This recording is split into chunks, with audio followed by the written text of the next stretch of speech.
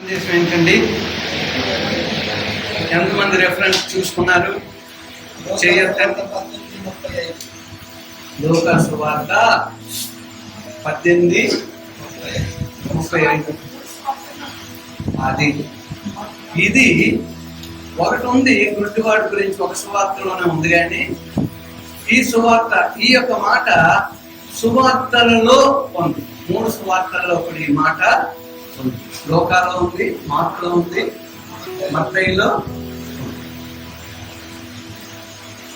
Okay, ఈ రోజు మనం మార్కు సువార్త 10వ అధ్యాయం 46 నుంచి 52 అంటే చివరి వరకు.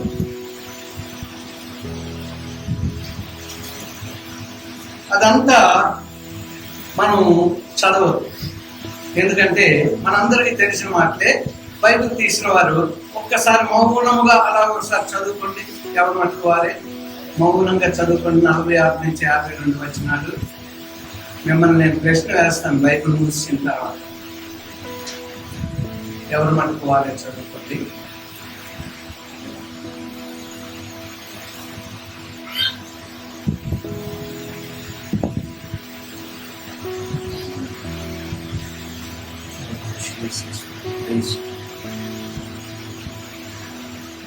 Thank you, Jesus.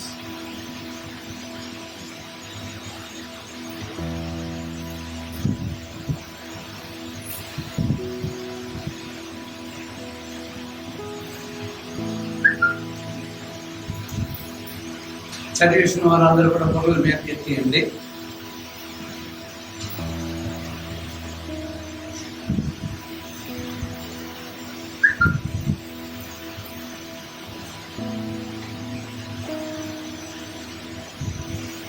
చదివేసిన వారు పొగలు మీద ఎత్తండి సేవ. ఓకే, ఇప్పుడు నేను మిమ్మల్ని ఏది అడగను మిమ్మల్ని. ఈ గుడ్డివాడు ఎక్కడ కూర్చున్నాడండి?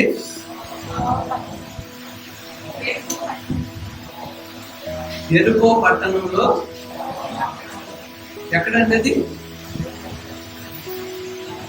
ఎరుకో పట్టణం. ఎరుకో గురించి విన్నారా? కోట గోడలు కూలిపోయాయి అనే మాట విన్నాం. ఏ టైంలో? యెహోషువ టైంలో. 7 మార్లు కేకలు వేస్తూ 7 రోజులు తిరుగుతూ 7వ రోజు 7 మార్లు తిరిగిన రీతిగా మనం చూస్తున్నాం. ఎరుకో పట్టణం అక్కడ కనబడుతూ. ఎరుకో పట్టణం శపింపబడ్డారు. ఎరుకో పట్టణం శపింపబడ్డారు. చూడండి, యెహోషువ 6వ అధ్యాయం 26వ వచనం. కొంతమంది తీయండి. 1వ రాజులు 16వ అధ్యాయం 34వ వచనం. కొంతమంది తీయండి. యెహోషువ 6:26, 1వ రాజులు 16:34. యెహోషువ చదవండి ఎవరండి.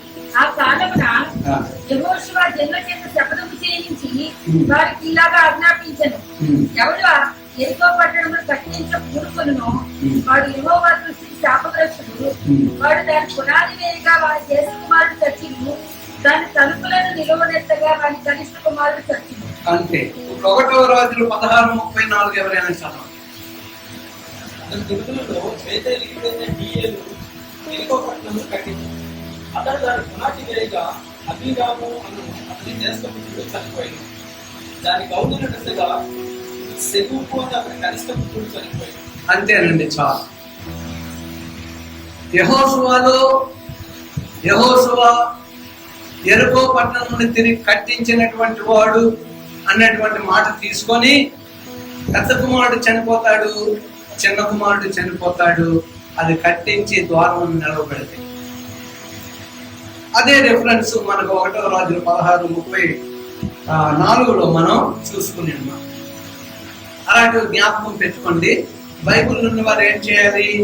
6:26 దగ్గర చిన్నది ఇలాగా ఫుల్ స్టాప్ పెట్టుకొని 1వ రాజులు అంటే ఇంగ్లీష్ లో చాలా ఈజీ ఉంటుంది. 1 KS 16:34 అని రాసుకున్నారు అనుకోండి. కొన్ని ఇక్కడ రాసుకోకపోయినా ఇక్కడ పేపర్ మీద రాసుకొని ఇంట్లోకి వెళ్ళి మెడిటేషన్ చేసినప్పుడు అది రాసుకున్నారు అనుకోండి. ఎప్పుడైనా యెహోషువ చదువుతూ ఉన్నప్పుడు రిఫరెన్స్ ఈజీగా ఉంటుంది. ఎవరు కట్టారు, ఏమి జరిగింది. సో అలాగా మన బైబిల్ని కొత్తగా ఉంచుకోవాల్సిన పని లేదు. మీరు కొత్తది చిన్నది ఎక్కడికైనా తీసుకొని వెళ్ళొచ్చు. ఒక బైబిల్ మీరు పర్మనెంట్ గా ఈ రెఫరెన్స్లు రాసుకుంటూ ఉంటే మీరు ఎక్కడికి వెళ్ళినా ఆ బైబిల్ మీకు చాలా సహాయం చేస్తారు. సో ప్రియమైనటువంటి వాళ్ళరా, ఈ గుడ్డివాడు, ఎరుకో గుడ్డివాడు అని మనం పెట్టుకున్నాం. ఎంతో మంది గుడ్డివారు చాలా చాలా ప్రదేశాల్లో స్వస్థపరచబడ్డారు, పనులు చూడగలిగే. అయితే ఇక్కడ ఎరుకో పట్టణంలో ఉన్నటువంటి గుడ్డివాడు గురించి మనం చూస్తూ ఉన్నాం. ఈ పట్టణము శాపగ్రస్తమైనటువంటి పట్టణము. ఈ పట్టణము శాపగ్రస్తమైనది, అందుకే ఎవరు దాన్ని కట్టించడానికి వీలు లేదు అన్నటువంటి దేవుని మాటను అలాగే జరిగిన రీతిని మనం చూసుకుని ఉన్నాం. ఈ శాపగ్రస్తమైనటువంటి పట్టణంలో గవని యొద్ద, గవిని అంటే అర్థం ఏంటంటే పెద్దలందరూ కూర్చున్న చోట, అన్ని ప్రదేశాల నుంచి అక్కడికి వస్తున్న వారు, వెళ్తున్నటువంటి వారు అందరికీ అందుబాటులో ఉన్నటువంటిది గవిని. అక్కడ కూర్చొని తీర్పులు తీరుస్తారు, అక్కడ కూర్చుంటారు పెద్దవారు.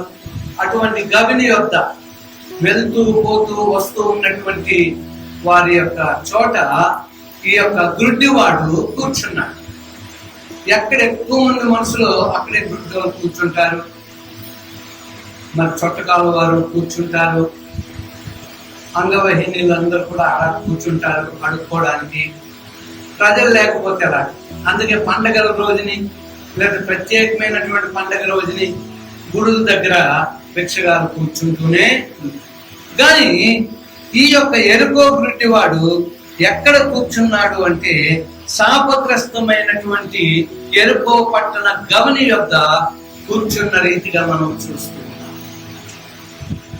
ఏదైనా బైబిల్లో మనం చదువుతూ ఉంటే అది అక్కడ ఏ ఇన్సిడెంట్ ఉన్నప్పటికీ దాని ద్వారా దేవుడు మనతో మాట్లాడతాడు. అందుకే దేవుడు అందులో అది లిఖించి ఉన్నాడు.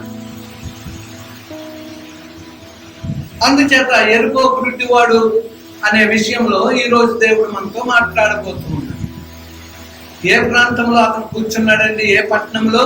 ఎరుకో పట్టణం. ఆ పట్టణం ఏమై ఉంది? శాపగ్రస్తమైనటువంటి పట్టణంలో కూర్చున్నాడు. యేసుక్రీస్తు ప్రభువు వారు ఆయన శిష్యులతో 3 సార్లు ముఖ్యంగా ఆయన నాకెన్నో శ్రమలు వస్తాయి, చిత్రహింసకి వెళ్తాను, సిలువలో నేను మరణిస్తాను, తిరిగి 3వ దినం లేస్తాను, ఈ మాటలన్నీ కూడా శిష్యులతో చెప్తూనే ఉన్నారు. ముమ్మారు చెప్పినప్పటికీ శిష్యులు దాన్ని గ్రహించలేదు. మనం కూడా చాలాసార్లు దేవుడు మాట్లాడుతూ ఉన్నాడు, మనం గ్రహించలేకపోతున్నాం. అన్నీ గ్రహిస్తాం, పనికిరానివన్నీ జ్ఞాపకం ఉంచుకుంటాం, కానీ దేవుని యొక్క మాట మనం జ్ఞాపకం ఉంచుకోం. ఏ మాట మనల్ని బలపరుస్తాదో, ఏ మాట ఆత్మీయంగా మనకి మంచి ఫలింపు దయచేస్తాదో, ఏ మాట ద్వారా మనం బ్రతుకు చక్కగా మనం జీవించగలుగుతామో అటువంటి దివ్యమైనటువంటి మాటను మనము కడచెమని పెడుతూ ఉంటాం, గ్రహించాం. అందుకే మనం ప్రార్థన చేసుకొని రావాలి. వినగలిగే చెవి, గ్రహించగలిగే మనస్సు. ప్రతివారు ప్రార్థించాలి, ప్రతిరోజు ప్రార్థించాలి. చదువుతున్న మాట నేను గ్రహించాలి, వినుచున్న మాట నేను గ్రహించాలి అని చెప్పి మనం ప్రార్థన చేయాలి. ఈ మాటే మనల్ని బ్రతికిస్తుంది. సో ప్రియమైనటువంటి వాళ్ళ ఎన్నిసార్లు తన శిష్యులకు చెప్పినా ఆ మాటలు గుర్తించలేదు. ఇప్పుడు ప్రభువైన యేసుక్రీస్తు వారు యెరూషలేముకు ప్రయాణం అవుతూ ఉన్నారు. తన చెప్పిన రీతిగా శ్రమ అనుభవించబోతూ ఉన్నాడు. చెప్పిన రీతిగా ఆయన సిలువ వేయబడిపోతూ ఉన్నాడు. చెప్పిన రీతిగా తిరిగి లేవబోతూ ఉన్నాడు. చెప్పిన రీతిగా ఎన్నో కార్యములు ఆయన చేయబోతూ ఉన్నాడు, మనం చూడబోతూ ఉన్నాము. అయితే ఆ శిష్యులు దాన్ని గ్రహించలేదు. యేసు ప్రభు వెనకాతల వారి శిష్యులు బయలుదేరారు. అనేక మంది జనాంగము ఆయనతో బయలుదేరిన రీతిగా మనం చూస్తూ ఉన్నాం. యెరికో పట్టణము గుండా ఆయన యెరూషలేములోనికి ప్రవేశిస్తారు. యెరికో పట్టణ ద్వారం నుండి ఆయన యెరూషలేములోనికి ప్రవేశిస్తారు. ఆ సమయంలో యెరికో పట్టణము శాపగ్రస్తమైందని మనం చూసుకుని ఉన్నాం. అయితే అది శాపగ్రస్తమైంది. అయితే మనకి దానికి సంబంధం ఏంటి? అడగండి. మనకి దానికి సంబంధం. యెరికో పట్టణము అనగా ఈ లోకము. ఈ లోకములో ఎవరున్నారు? మనం ఉన్నాం. శాపగ్రస్తమైన పట్టణము ఆ దినము యెరికో అయితే, ఈ దినము శాపగ్రస్తమైన పట్టణము ఈ లోకము. ఈ లోకంలో ప్రజలమైన మనము ఏ ఏ పట్టణంలో ఏ ఏ గ్రామంలో మనం ఉన్నామో ఇది శాపగ్రస్తమైనది. ఇది మనం అందుకే ఇందులో పరదేశంలో మన దేశం వేరే చోట ఉంది. యేసయ్య అంటూ ఉన్నాడు, ఎక్కడి నుంచి నేను వచ్చానో ఆ తండ్రి యొద్దకు నేను వెళ్ళబోతూ ఉన్నాను. నన్ను వెంబడించిన మీరు జాగ్రత్తగా గ్రహించండి, మీరు నా దగ్గర ఉండబోతూ ఉన్నారు. ఆ మాట గ్రహించలేకపోతూ చూడండి. మనం చూసుకున్నప్పుడు ఈ లోకం ఎలా ఉంది. 1 యోహాను 2వ అధ్యాయం 16వ వచనం. ఎవరు తీస్తే వారు చదివేయండి, పర్వాలేదు. 1 యోహాను 2వ అధ్యాయం 16వ వచనం. లోకంలో ఉన్నదంతా అనగా శరీరాశలు, నేత్రాశలు, జీవపడంబము. అంతేనండి, చాలు. శరీరాశ, నేత్రాశ, జీవపడంబము ఈ లోకములో ఉన్నాయి. పాపలోకములో ఇవే ఉన్నాయి. అందుకే మనందరము కూడా ఎన్నిసార్లు దేవుని వాక్యం విన్న శరీరాశ, నేత్రాశ, జీవపడంబానికి వెళ్ళిపోతూ ఉన్నాం. ప్రతి ఒక్కరు, చదువుకున్న వారు, ధనవంతులైనటువంటి వారు, కొద్దిపాటి వారు, ప్రతి ఒక్కరు వారి వారి గంటలు చాటుకుంటూ ఉన్నారు. శరీరాశకి, నేత్రాశకి, జీవపడంబానికి వారు చోటిచ్చి ప్రభు మార్గం నుంచి తప్పుకుంటూ ఉన్నారు. ఈ లోకములో ఉన్నది అదే అని అక్కడ స్పష్టంగా చెప్పబడుతుంది. ఇంకొకటి 1 కొరింథీ 3వ అధ్యాయం 19-20 వచనాలు చూసుకుంది. 1 కొరింథీ 3వ అధ్యాయం 19-20 వచనాలు.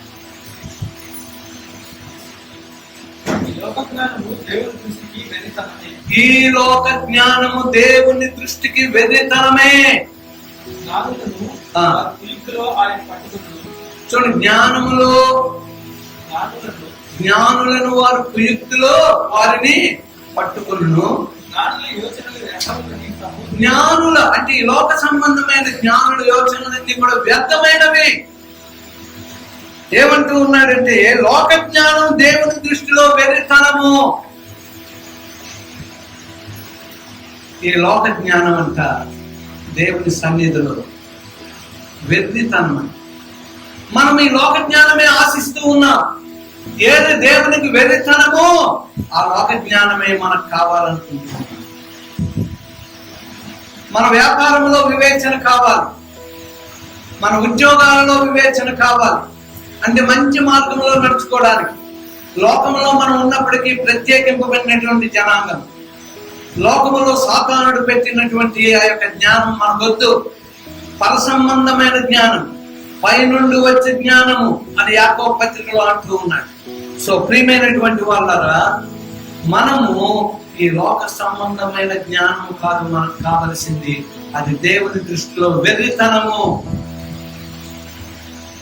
అంచేత ఈ లోకము పాపకు ఇష్టమైనటువంటి దీనిలో మనం ఉన్నాం. యెరికోలో ఆ గుడ్డివాడు అడుక్కుంటూ ఉన్నాడు.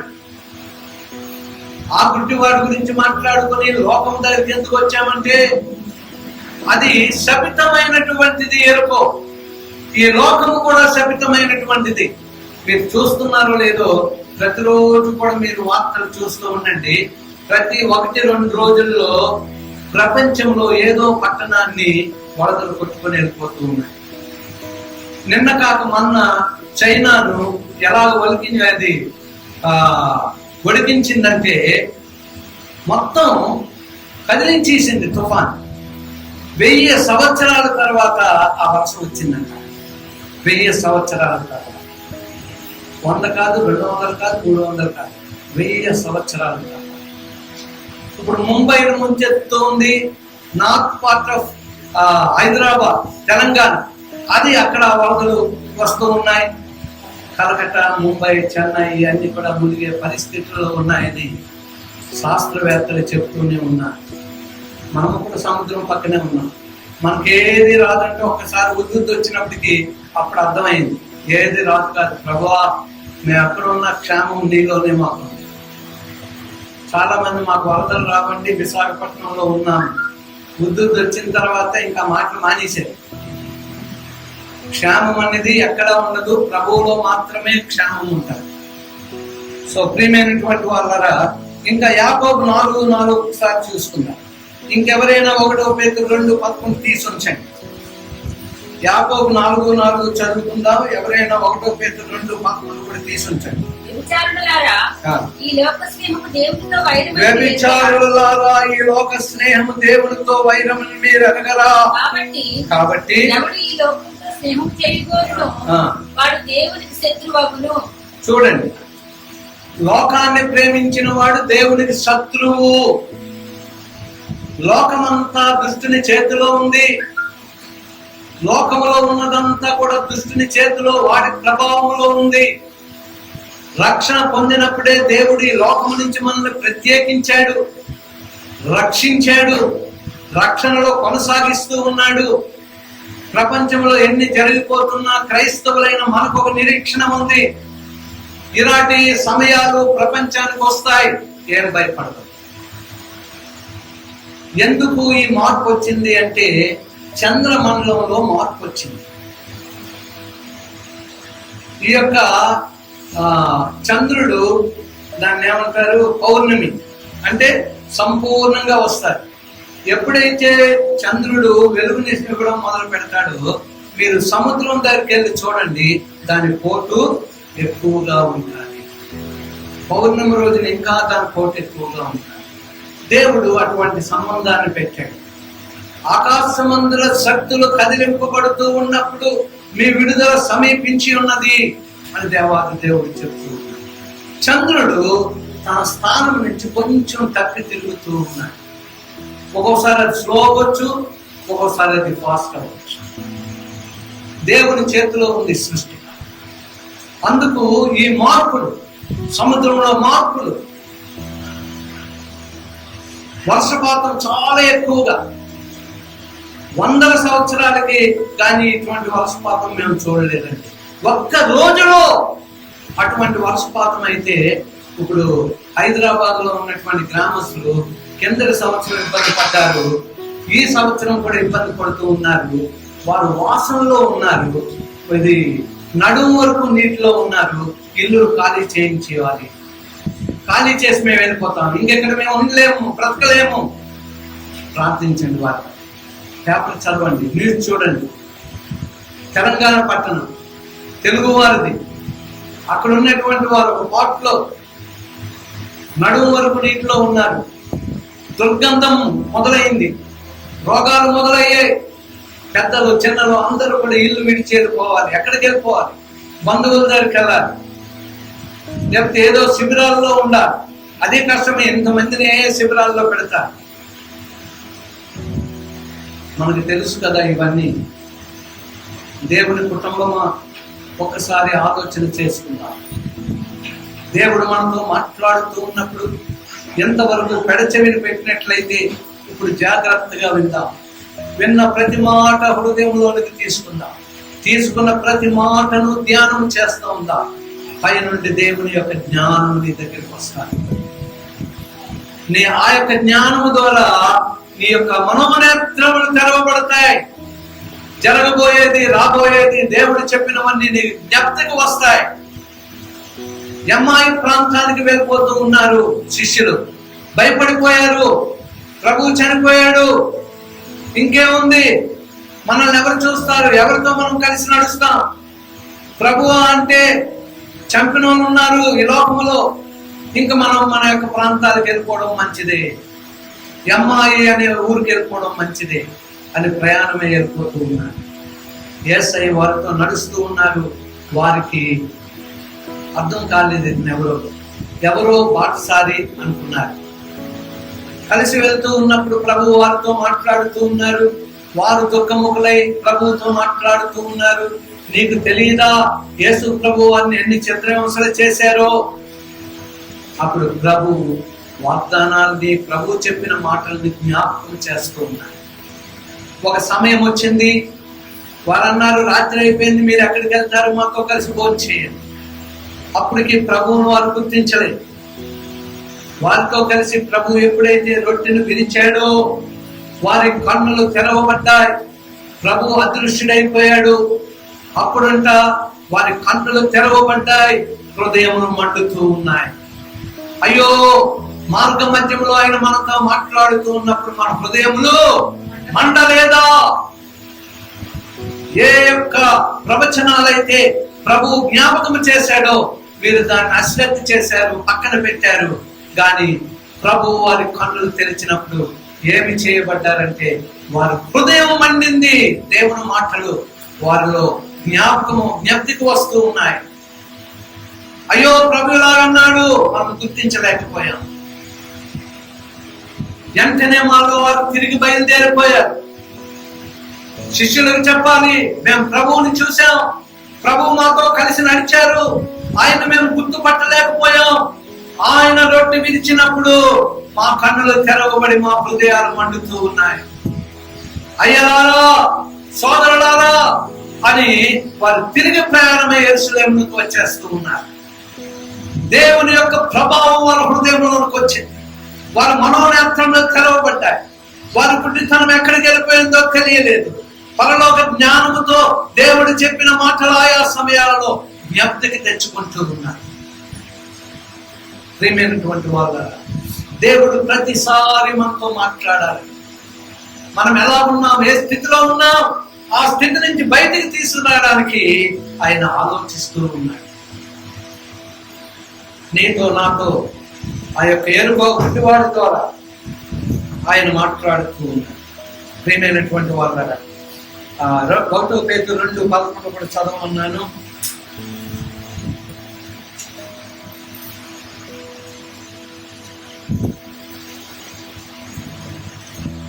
దేవుడు రాలేదా, కనబడలేదు ఎవరికి?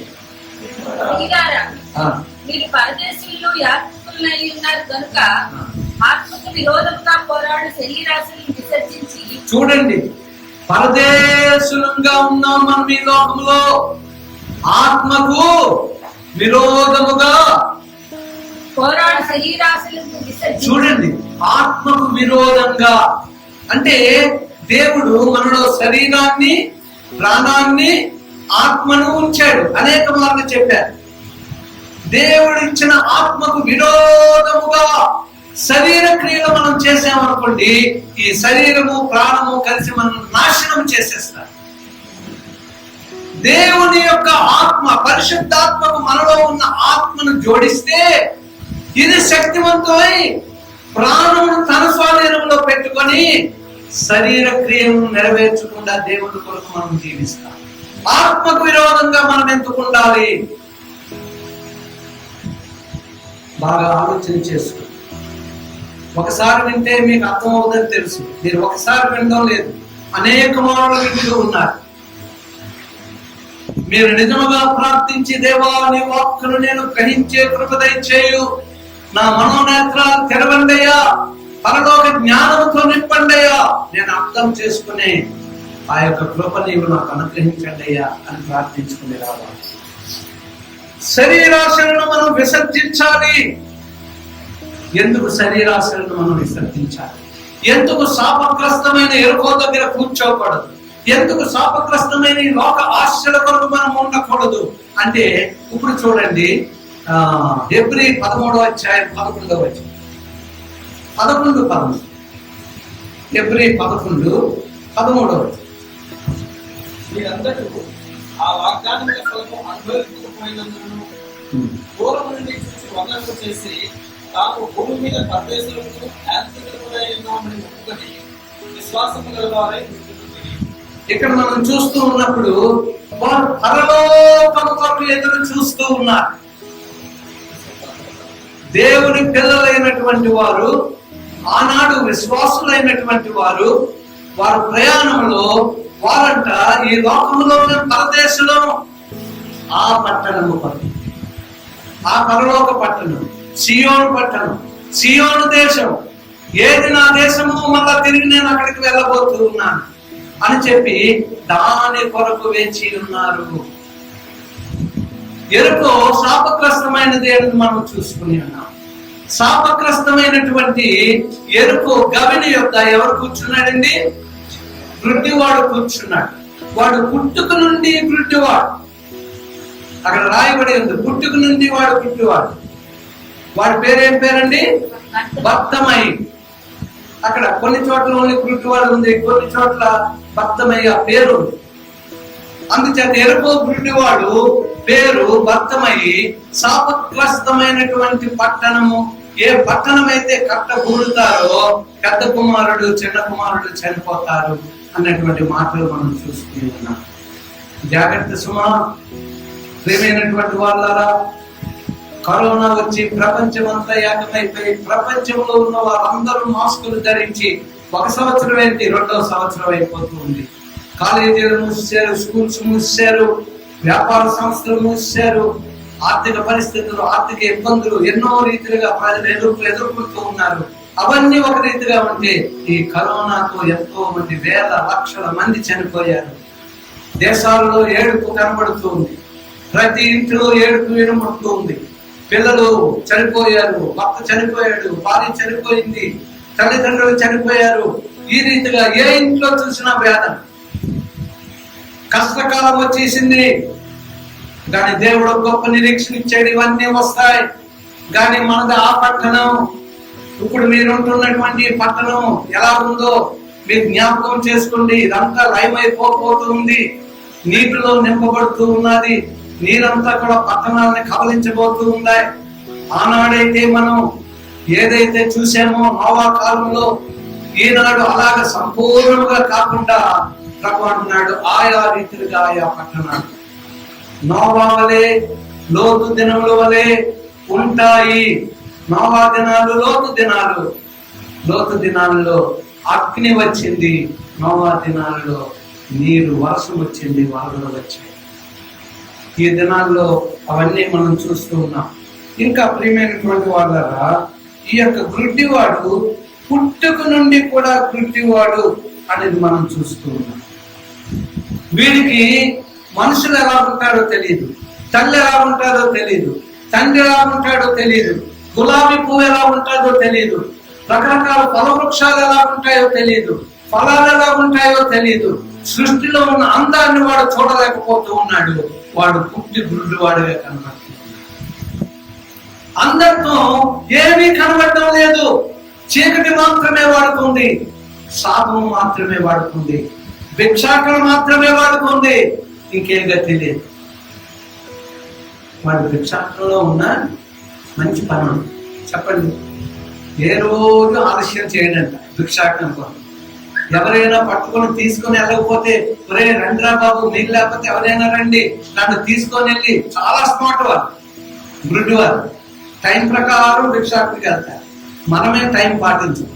టైంకి వ్యాపారానికి వెళ్ళాం, టైంకి ఉద్యోగానికి వెళ్ళాం, టైంకి స్కూల్కి వెళ్ళాం, టైంకి మార్కెట్కి వెళ్ళాం, టైంకి భోజనం చేయం, టైంకి ఏది చేయం. దాని గుడ్డివాడు మాత్రం చాలా స్మార్ట్ గా ఉన్నాడు. వాడికి ఏమీ తెలియకపోయినా ఒక్కటి వాడికి తెలుసు, ఏంటండి?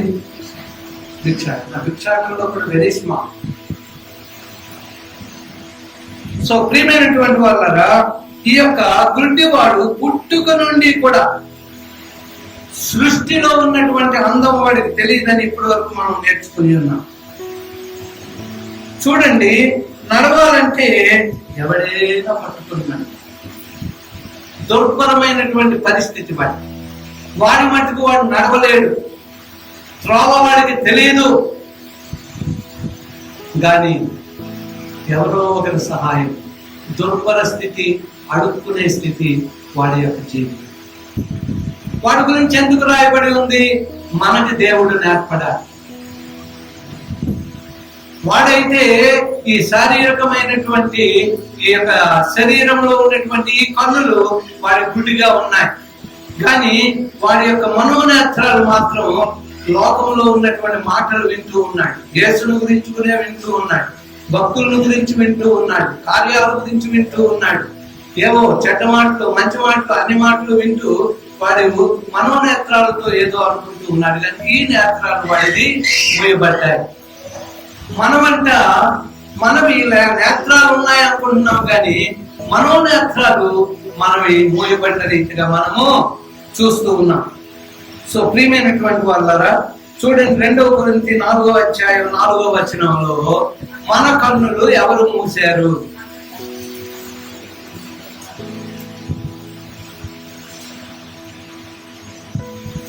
కొరింథీ 4:4 చూడండి, దేవుని స్వరూపములో ఉన్నటువంటి క్రీస్తు మహిమను కనపరచు నిమిత్తం సువార్త ప్రకాశము వారికి ప్రకాశింపకుండునట్లు ఈ యుగ సంబంధమైన దేవత చూడండి, విశ్వాసులైనటువంటి వారి మనోనేత్రములకు గుడ్డితనము కలుగజేస్తూ ఉన్నది. యుగ సంబంధమైనటువంటి దేవత విశ్వాసులైనటువంటి వారి మనోనేత్రాలకి గుడ్డితనం. నా కన్నులున్నాయి, నడుస్తూ ఉన్నాను, కన్నులున్నాయి, చక్కగా ఉన్నాను, బాగానే ఉన్నావు, కానీ ఆ గుడ్డివాడి గురించి మాట్లాడుతూ నీతో నాతో మాట్లాడుతూ ఉన్నాడు దేవుడు. వాడు శపితమైనటువంటి ఎరుకో పట్టణం గవిని యొద్ద కూర్చున్నాడు. ఎరుకో పట్టణం శాపమైనది, నీవు నేను లోకము శపితమైన ఈ లోకములో మనం ఉన్నాము. వాడు సృష్టిని చూడలేకపోతూ ఉన్నాడు, సృష్టిలో ఉన్నటువంటి దేవుని గొప్పతనాన్ని చూడలేకపోతూ ఉన్నాడు, అంధుడుగా వాడు ఉన్నాడు. కానీ మనము కూడా మనోనేత్రములు మూయించాడు యుగ సంబంధమైన దేవత. అందుచేత మనము లోకాన్ని ఆశిస్తూ ఉన్నాము. ఎందుకంటే మనోనేత్రాలు ఎప్పుడైతే మూయబడ్డాయో పరలోక జ్ఞానము మనము పొందుకోలేకపోతూ ఉన్నాం. మనోనేత్రాలు వెలిగింపబడలేదు, వాడు మూసాడు మనోనేత్రాలు, విశ్వాసుల యొక్క మనోనేత్రాలు.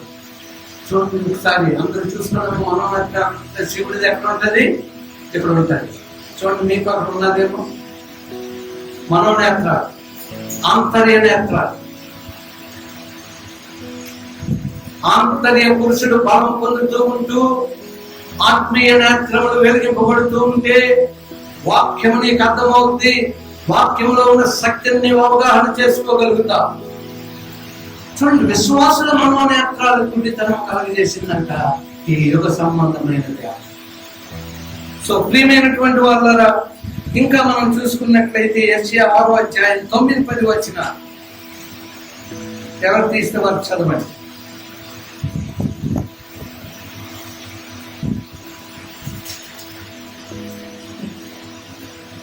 ఇంకొక రోమా 11:8 తీసుంచండి. ఆయన నీవు పోయి ఈ జనులతో ఇట్లను మీరు నిత్యము వినిచించిన దాన్ని గ్రహింపుకుందరు, నిత్యము చూచుచున్న దాన్ని తెలుసుకొనుకుందరు. వారు కన్నులతో చూసి, చెవులతో విని, హృదయంతో గ్రహించి, మనసు మార్చుకుని స్వస్థత పొందకపోనట్టు ఈ జనుల హృదయం ప్రోగు చేసి. ఇక్కడ ఏమంటున్నాడంటే, యెషయా ఎప్పుడైతే దర్శనం చూశాడో,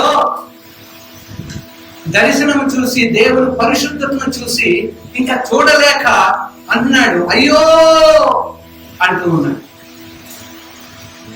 నేను దేవుని మహిమను చూడలేకపోతూ ఉన్నాను, అపవిత్రమైన పెదవులు గల వారి మధ్యలో నేను ఉన్నటువంటి వాడును, అయ్యో నా దేవుని పరిశుద్ధతను చూడలేకపోతూ ఉన్నాను. అప్పుడు ఎప్పుడైతే అయ్యో అని అన్నాడో, మరి దేవదూతలు వచ్చి ఆ పెదాలకి ఆ యొక్క అగ్ని కంచె ఎప్పుడైతే ముట్టించారో ఆయన పెదవులు పవిత్రపరచబడ్డాయి. నేనున్నాను ప్రభు అని కొరకు అన్నాడు. అయితే నువ్వు వెళ్ళు. వారు వింటారు, వారు చూస్తారు, వారు గ్రహించలేరు, వారి మనసు క్రొవ్వు పట్టింది అంట. ఇలాంటి వచనాలు ఇంటికి చదువు. అన్ని మాటలు నేను తీస్తే సమయం ఎక్కువైంది. సమయానికి మనం ముగిద్దాం. రెఫరెన్స్ ఇంటికి తీసుకుని వెళ్ళి ధ్యానం చేయండి. ప్రభు శక్తితో నింపబడండి. లోకంలో ఎటువంటి అపాయములు వచ్చినప్పటికీ నువ్వు భయపడవలసిన పని లేదు. నీవు చదువుతున్న నీ వాక్యం, దేవుడికి ఇచ్చిన నీ వాక్యం నిన్ను బలపరుస్తుంది. సో ప్రియమైనటువంటి వాళ్ళరా, ఇప్పుడు రోమ 11:8 చదవండి ఎవరైనా. నేటి వరకు దేవుడు వారికి నిద్రపోతున్న మనస్సును, చూడలేని కన్నులను, వినలేని చెవులను ఇచ్చి ఉన్నాడని. చూడండి ఇక్కడ మనం చూస్తున్నాడు యెషయా 6:9-10లో ఏదైతే యెషయాకి దేవుడు చెప్పి పంపుతూ ఉన్నాడో ఆ ఇశ్రాయేలు జనాంగం కొరకు నేటి వరకు వారు నిద్రమత్తులో ఉన్నారు. అందుకే ఏమంటున్నాడు ఎఫెసీయులో, నిద్రించుతున్న నీవు మేలుకో, మృతులు క్రీస్తు నీ మీద ప్రకాశింపనై ఉన్నాడు. నిద్రిస్తున్న నీవు మేలుకో, విశ్వాసి నీవు నిద్రమత్తులో ఉన్నావేమో.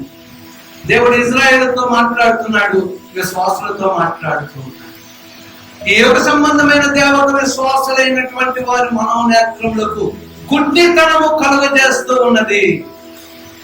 చెవులున్నాయి, దేవుని మాట వినలేకపోతూ ఉన్నారు. దైవ సన్నిధిని వారు చూడలేకపోతూ ఉన్నారు. కన్నులు ఉన్నాయి, హృదయం ఉంది, మనస్సు ఉంది, గ్రహించలేని స్థితిలో వారు ఉన్నారు. క్రొవ్వు పట్టి ఉన్నారు అంటూ ఉన్నారు.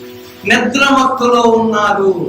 ఈ మాటలు మీరు రాసుకోండి, ఇంటికి ఒక్కొక్కసారి చదువుకున్న పేపర్ మీద రాసుకోండి. ఈ మాటలన్నీ అమ్మో అమ్మో అమ్మో అనుకోండి. ప్రభువా నా మనోనేత్రాలు వెలిగించు, నీ కొరకు ఇప్పటి నుంచి అయినా సరే భక్తి జీవితం నేను జీవిస్తాను.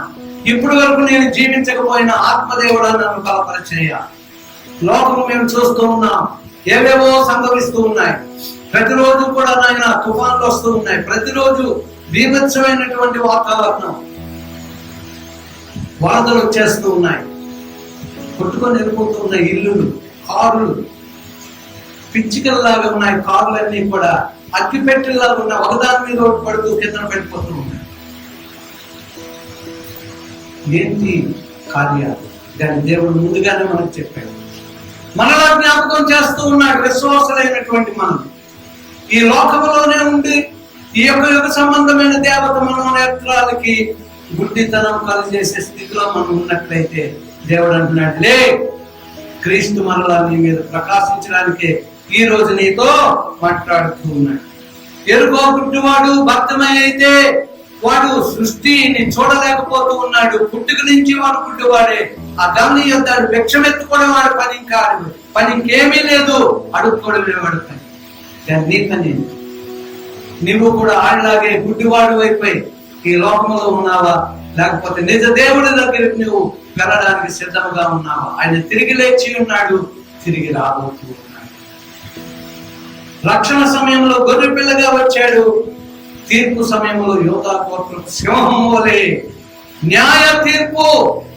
అప్పుడు ఇంకా అక్కడ దయ లేదు, కనికరం లేదు, ప్రేమ లేదు, జాలి లేదు, తీర్పే.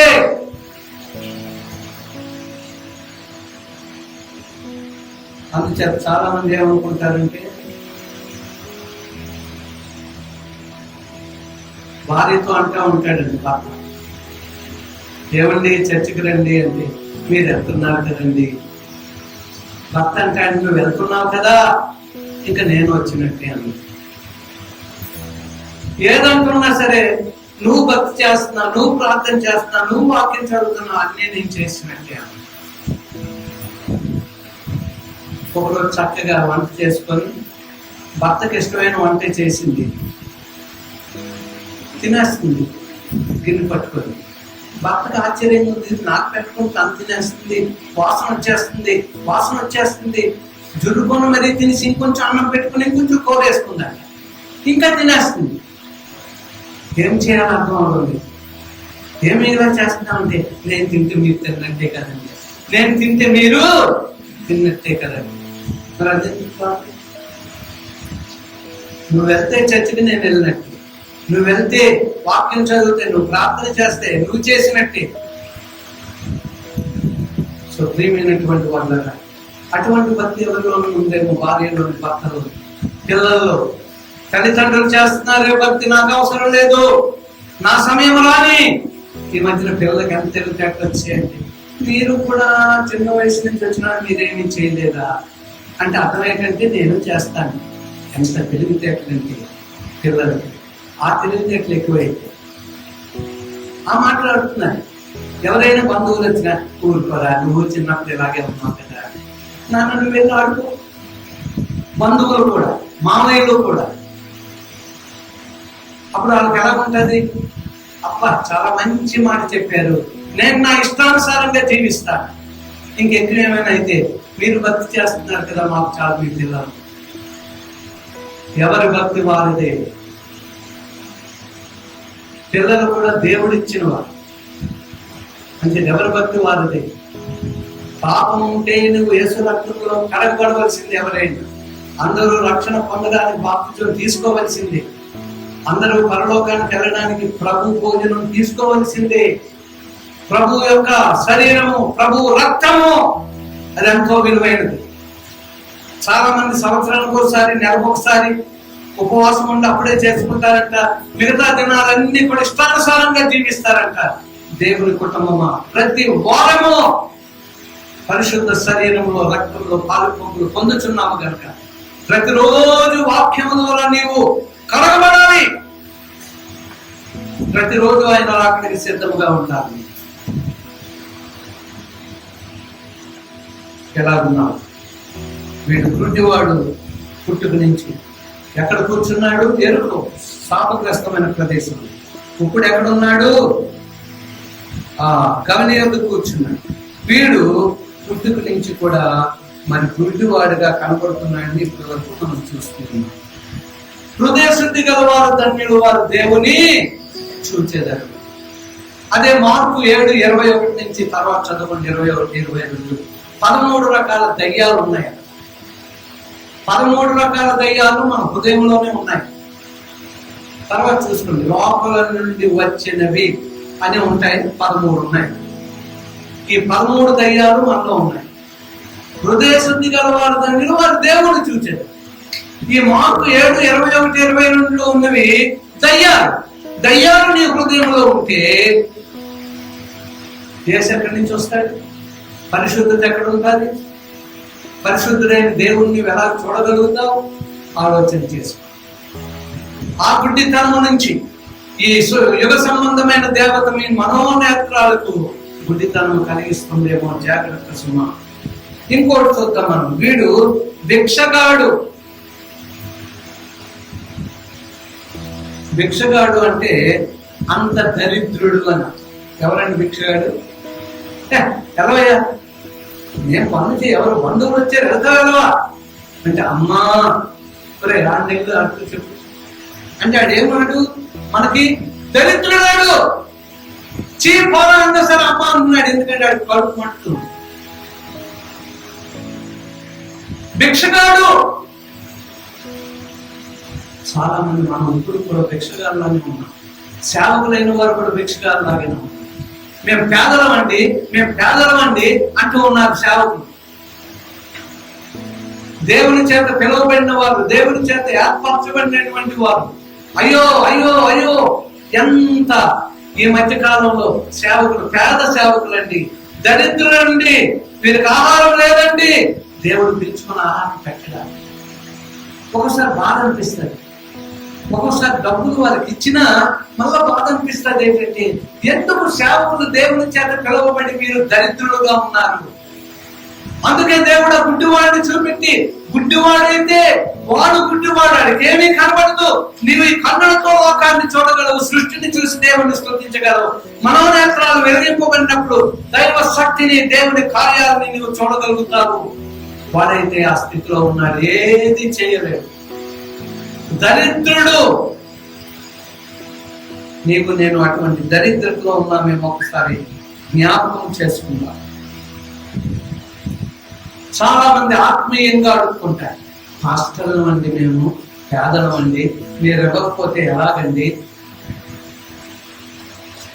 రక్షణ లేనటువంటి వారి దగ్గరికి వెళ్ళి సంవత్సరానికి ఒకసారి క్రిస్మస్ రోజుని వాడు తాగుతూ తిరుగుతూ సిగరెట్లు కాలుస్తూ సేవకులకు అందరికి 2,000 ఇచ్చేయండిరా అంటే ఎక్కడ లేని సేవకులు అక్కడికి వెళ్తాయి.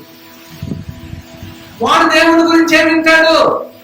2000 నీకు నేనే పడేశాను రా, నువ్వే భిక్షగాడు దరిద్రుడివి, నువ్వు నాకు చెప్పేదేంటి దేవుని సువార్త. ఒకనాడు సేవకులు కడుపు మాడి గంజన్నం కూడా లేనప్పటికీ వాడు వెళ్ళి ప్రార్థిస్తే ఆ ఊరి పెద్దవాడు కుటుంబంలో అద్భుతాలు జరిగేవి. ఈనాడు వాడు పడేసినటువంటి కూడు తీసుకుంటే మనం దరిద్రులమే, కానీ నిజ శక్తి కలిగినటువంటి దేవుని సువార్తను మనం ఎలా అందించాలి? లేని వారుగా మనం ఉండొద్దు, ఉన్నతంగా మనం ఉందాం. ఎందుకు ఈ చర్చి ఉన్నతంగా కట్టబడింది? దేవుడు మనకి ఇచ్చిన స్థలములో ఆయన ప్రజలు ఉన్నటువంటి స్థలము పరిశుద్ధముగా ఉండాలి. ఎవరు వచ్చి చూసినా,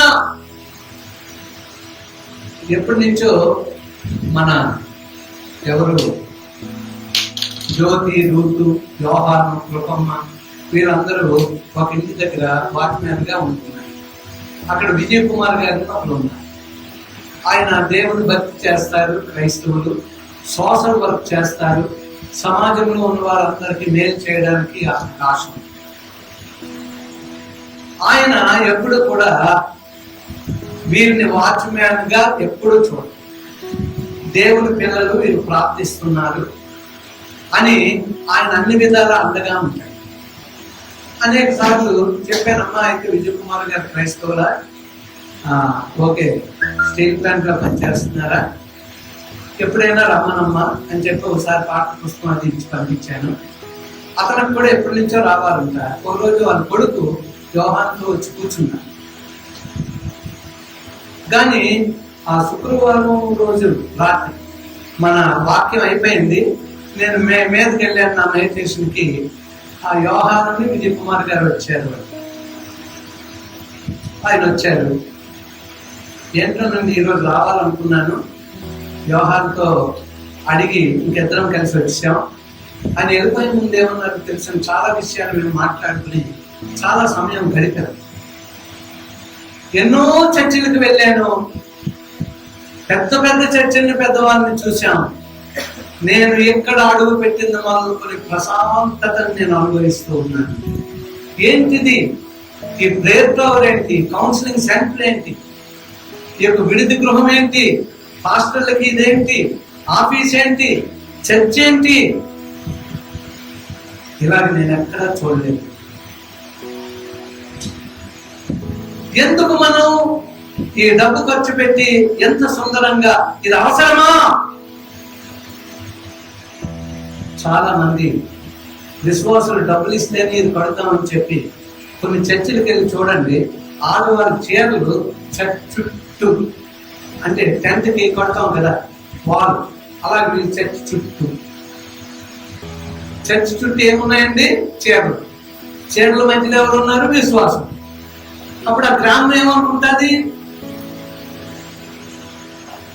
పేదవాళ్ళకు మనం ఉండకూడదు, ఆ ఉన్న దాంట్లోనే మనం ఉన్న స్థలమును, దేవుడు నివసించే స్థలం అది.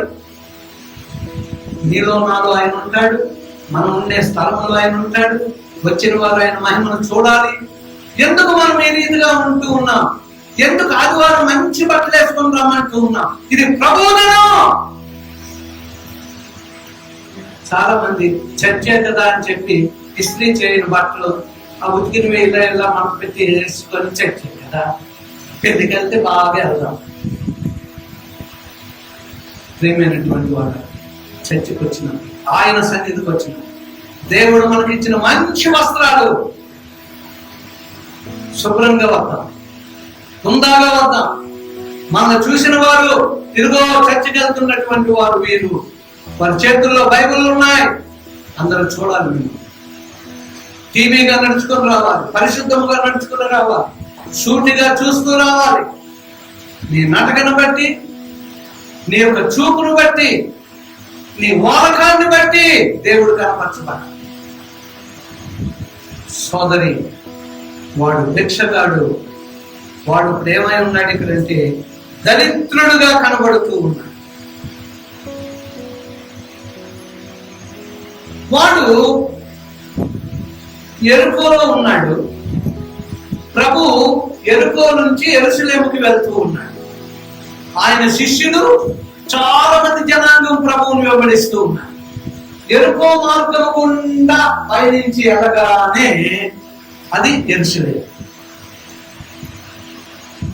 ఇక్కడ దేవుడు మనతో అంటున్నాడు, ఎరుకోలో కూర్చున్న గుడ్డివాడు వలె నీవు ఈ లోకంలో ఎందుకు కూర్చున్నావు? నీవు యెరూషలేములో కూర్చోవలసిన దానవు, యెరూషలేములో కూర్చోవలసిన దానవు. ఎందుకంటే యెరూషలేములో నీ తండ్రి, నా తండ్రి, మన ప్రభు అక్కడ ఉంటాడు. ఎరుకోలో కాదు నీవు నేను కూర్చోవలసింది, నీవు నేను కూర్చోవలసింది యెరూషలేము. సో ప్రియమైనటువంటి వాళ్ళరా, చాలా మంది లోకంలో ఎందుకు ఇక్కడే కూర్చుంటూ ఉన్నారు ఎరుకోలు అంటే, ధనము వారికి కావాలి, ధనార్జన వారికి కావాలి. నేను నా కుటుంబం అందంగా ఉండాలి, సుఖంగా ఉండాలి, ఉల్లాసంగా ఉండాలి, కడుపు నిండా తినాలి, ఈ లోకంలో సోకులు అనుభవించాలి. అది ఎరుకో పట్టణం శపితమైనది, ఈ లోకము కూడా అలాగే ఉంది. కానీ నీవు నేను యెరూషలేము వాసులం, సియోను వాసులం, మనం దేవుని పిల్లలం. మనం దరిద్రుడుగా మనం ఉండకూడదు, దరిద్రుడుగా ఉండకూడదు, భిక్షం అడిగేవాడుగా మనం ఉండకూడదు, వేసేవాడిగా మనం ఉండాలి. మన ప్రభు కుమార్ గారు అంటున్నారు, మేము అక్కడికి వెళ్ళిన తర్వాత ఏదో కొద్దిగా డబ్బులు ఆ పరిచర్యకి ఇస్తా ఉంటే, ఏంటండి పాస్టర్ గారు అందరూ వెళ్ళి తీసుకొని రావాలి కానీ పాస్టర్ గారు అందరూ వెళ్ళి ఇచ్చి రావడం ఏంటి? దేవుడు మనకి ఇచ్చే గుణం ఇచ్చాడు. సేవకి వెళ్ళినప్పుడు మనం తీసుకురాము, సేవకి వెళ్ళినప్పుడు మనం ఇస్తాం. ఎక్కడి నుంచి వస్తుంది? ఆయన వైపు చూస్తున్నాము కనుక మనం దరిద్రం కాదు, మనం ఇచ్చే రాజులు, ఇచ్చేవారు. ఇస్తున్నాం, వస్తున్నాయి, ఇవ్వకపోతే ఆగిపోతుంది. చాలా మంది దరిద్రులు ఎందుకు అవుతారో తెలుసండి? ఎప్పుడు దరిద్రంగానే ఉంటారు, దేవునికి ఇవ్వవలసింది వారు ఇవ్వరు, అందుకే వాళ్ళకి ఎప్పుడు కష్టాలు. దశమ భాగం అది ఆయనది. మన చర్చిలో అందరూ ఇస్తారు, ఇవ్వలేని వారు అంటే అది ఆలోచించాలి. నీకొచ్చిన దాంట్లో దశమ భాగం ఆయనది, నీరు కాదు. అది నువ్వు ఖర్చు పెట్టేవా దరిద్రుడు అయిపోతావు, అది ఆయనది. నేను ఇచ్చాను, నేను పొందుకుంటూ ఉన్నాను. నన్ను ఇచ్చేవాడిగానే ఉంచాడు కానీ పుచ్చుకునేవాడుగా. కారు నాదే, డీజిల్ నాదే, ఇవ్వడం నాదే, వాక్యము కూడా ప్రకటించడం నాదే, వాక్యం అందించడం నాదే. ఎందుకు? దేవుడు నాలో ఉన్నాడు, నన్ను గొప్పవాడిగా దేవుడు చేశాడు. ఇప్పుడే కాదు, ఎప్పుడు. పెద్దక్క బాబు గారు అంటారు ఏంటంటే, నువ్వు ఎప్పుడు గిఫ్ట్లు ఇవ్వడమేనా? మిషనరీగా ఉండి తక్కువ జీతంతో ఉంటూ ఆ రాజస్థాన్ నుంచి వస్తున్నప్పుడు పాస్టర్ గారి తాలూకాకి, మా తాలూకా వాళ్ళకి లుంగిలో, టవల్సో అక్కడ దొరికినవేవో చిన్నవో పెద్దవో రూపాయలు 2 రూపాయలు తెచ్చి ఇచ్చుండ మేము నేర్చుకున్నాం. దేవుడు మాకు ఇస్తూనే ఉన్నాడు. పాస్టర్ గారు ఎవరికైనా పిల్లలు పుట్టినా, ఎవరికైనా ఏదైనా చేసినా మీరు ఓపెన్ చేయగానే చూస్తూ ఉంటాను, చిన్నపిల్లలు పుట్టారా, చిన్న వస్త్రాలు వస్తాయి బయట. ఇచ్చుడు నేర్చుకున్నాం కనుక బీరువా ఓపెన్ చేయగానే ఎవరికి ఏది కావాలి, చిన్నపిల్లలకా పెద్దవారికా, ఎవరికేం కావాలి దేవుడు ఇస్తాడు. ప్రతిదీ ఇచ్చుట నేర్చుకున్నారు, అది నాకు సంతోషం. నేనేమి పాస్టర్ గారికి జ్ఞాపకలేదు, నాకు దేవుడిచ్చినటువంటి దైవ జనరాలకి నాకు ఇచ్చిన మనసు దేవుడిచ్చాడు.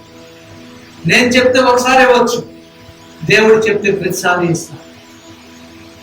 ఇచ్చే గుణాన్ని దేవుడు మాకు ఇచ్చాడు కనుక మేము దరిద్రులు కాము, దేవుని దృష్టిలో గొప్పవారు. అలాగే మీరు గొప్పవారు కావాలి. దేవుని కుటుంబం మనం దేవునికి ఇచ్చింది వెనక తీసేవారు, మనకి తెలియకుండానే దరిద్రుడు గిఫ్ట్లోకి వెళ్ళిపోతున్నాం.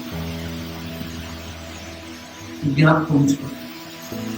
పర్వాలేదు బాగుంది, పర్వాలేదు బాగుంది అని అనుకోవచ్చు.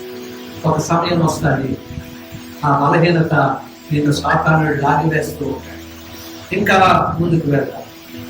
ఇప్పుడు ఈ యొక్క భిక్షగాడు దరిద్రుడు భిక్షాటన చేసుకుంటూ ఉన్నాడు. ఆ ఎరుకో మార్గం గుండా యేసు వెళ్తూ ఉన్నాడు. చెప్పండి, ఎవరు వెళ్తూ ఉన్నారు? యేసు వెళ్తూ ఉన్నప్పుడు ఒకటి జరిగింది. ఏం జరిగిందంటే, ఆ రోజు ఎక్కువ గలిబిలు వినపడుతూ ఉంది. ఈ గుడ్డివాడికి బద్దమైంది. చాలా మంది చెప్పులు సౌండ్లు వినపడుతూ ఉన్నాయి. కొంతమంది నవ్వుకుంటున్నారు, ఆనందిస్తూ ఉన్నారు, ఏదో చెప్పుకుంటున్నారు, ఎవరో గొప్పవారు ఇక్కడ ఉన్నారు అని గుడ్డివాడి మీద వాడికి తెలియక విన్నాడంట. యేసు ప్రభు మార్గం కూడా వెళ్తూ ఉన్నాడు. ఆయన కార్యాలు విన్నాడు. కానీ భిక్షగాడికి ఎప్పుడయ్యా యేసయ్యే నా ముందుకు వెళ్తూ ఉన్నాడు ముందు నుంచి అని అప్పుడు మొదలు పెట్టాడండి. కేకలు, అందరూ చెప్పండి, ఏంటని మొదలు పెట్టాడు? వాడు కేకలు వేస్తూ ఉన్నాడు. అప్పుడు ఏం జరుగుతుంది? ఊరుకో. అందరూ ఏమంటున్నారండి? నారాగారండి ఊరుకో. అలా అంటే కొంచెం ఎక్సర్సైజ్ అవుతుంది. కేకలు వేస్తూ ఉన్నాడు. ఊరుకో ఊరుకో అంటా ఉంటే దావీదు కుమారుడు మరీ ఎక్కువ కేకలు వేస్తున్నాడు. మరీ ఎక్కువ కేక. నీవు నేను ఎప్పుడైనా కన్నీరు కార్చాను కానీ ఇంకా ఇంకా ఇంకా ఇంకా కన్నీరు కార్చాను ఒకసారి, కానీ నీవు నేను కొద్దిలోనే ఆగిపోతుంది.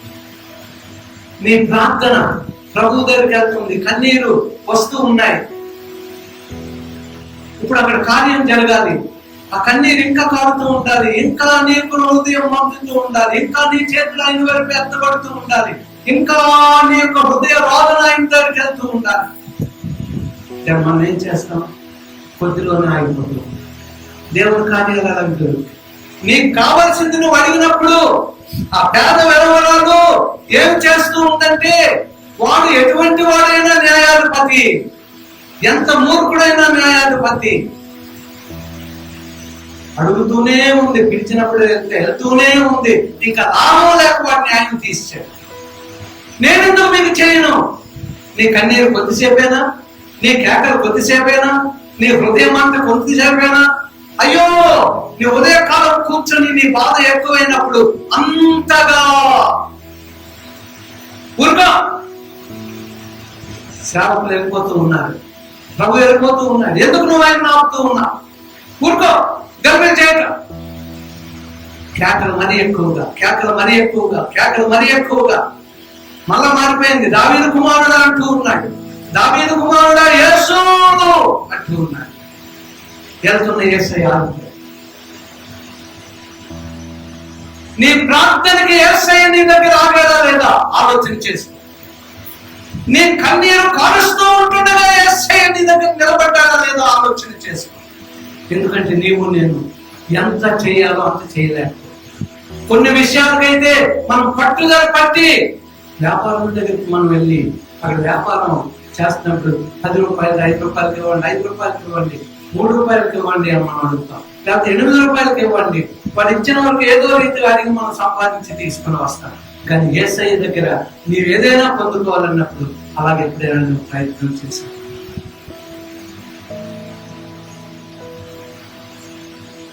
మన సొంత విషయాలు, ఉద్యోగ విషయాలు ఒక్కోసారి మనం అనేక రీతులుగా దాని గురించి ప్రయత్నాలు చేస్తూ ఉంటాం. కానీ దేవుని సన్నిధిలో ప్రార్థించినప్పుడు అంతగా నేను మూలుగుతూ ఏడుస్తూ అది పొందే వరకు భారం కలిగి ఉన్నావా ఆలోచన చేసి యేసు తనకు ముందుగా వెళ్ళిపోతూ ఉన్నాడు. ఇంకా కేకలు వేయడం మానలేదు. ఎంతమంది గద్దించినా మరీ ఎక్కువగా దావీదు కుమారుడా, దావీదు కుమారుడా. ప్రకటన 3:20లో అంటూ ఉన్నాడు, యేసయ్య తలుపు దగ్గర నించుని తట్టుతూ ఉన్నాడు. ఎవరైనా తలుపు తీసిన ఎడల వారి యొద్దకు వచ్చి వారితో కలిసి భోజనము చేస్తాను అంటున్నాడు. ఇతను దావీదు కుమారుడా అంటా ఉంటే యేసు నిలిచిపోయాడండి. నిలిచిపోయి ఎవరో చూడండి ఎల్లు తీసుకొని రండి అంటే ఊరుకోరా అన్న వాళ్ళందరూ కూడా అయ్యో ప్రభు పిలుస్తున్నాడని ప్రభు దగ్గరికి తీసుకెళ్లాలి కనుక అందరూ వచ్చేస్తున్నారండి మోసుకెళ్ళి కూడా. ఊరుకో పట్టుకోవాలన్నోడు కూడా వచ్చేస్తున్నాడంట, మందలించిన వాడు వచ్చేస్తున్నాడంట.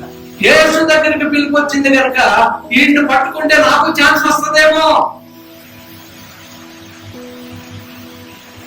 పట్టుకొని తీసుకుని వెళ్ళిపోతూ ఉన్నాను. నీవు నేను కూడా యేసయ్య అనేక మార్లు మన హృదయం ద్వారం దగ్గర నిల్చున్నాను. ఎంత కాలము అని అంటూ ఉన్నాను.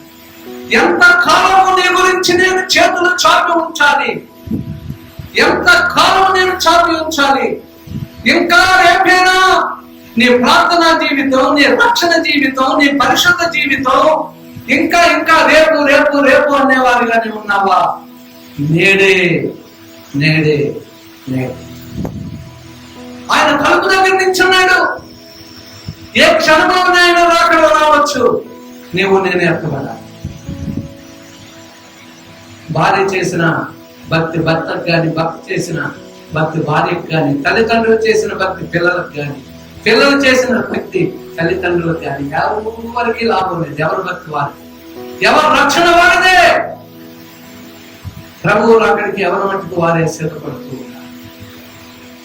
అందుకే ఒకరిని ఒకరు హెచ్చరించుకుంటూ, ఒకరికొకరు ప్రార్థన చేస్తూ మీరు అందరూ కలిసి నా రాకడికి సిద్ధపడాలి. సోదరి సోదరుడా, ఎలా ఉన్నా? యేసు నిన్ను దాటిపోతున్నాడేమో. ఆ భిక్షగాడు ఎవరు అని అడిగాడు. యేసు అనగానే కేకలు మొదలు పెట్టాడు. నీ ముందు వెళ్తున్నవాడు ఎవరు?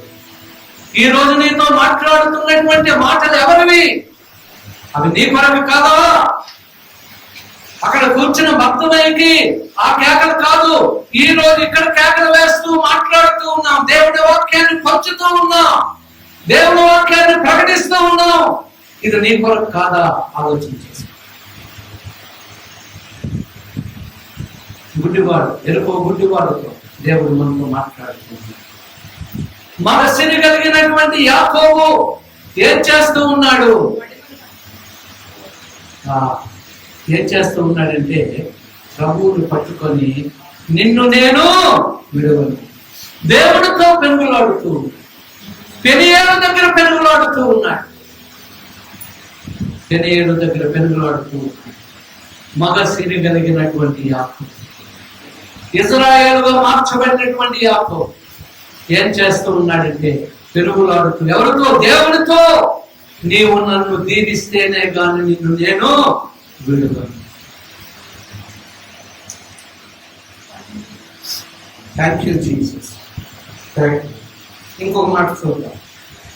యేసు వాణిని పిలిచాడు. యేసయ్య ఏం చేశాడండి? యేసు వాణిని పిలవగానే ఏం జరిగిందంటే వాడు బట్టను, అది చాలా ప్రాముఖ్యమైనది. అప్పటి వరకు భిక్షగాడు వాడు. యేసయ్య పిలుపు రాగానే యేసు దగ్గరికి భిక్షాటనకి వెళ్ళలేదు.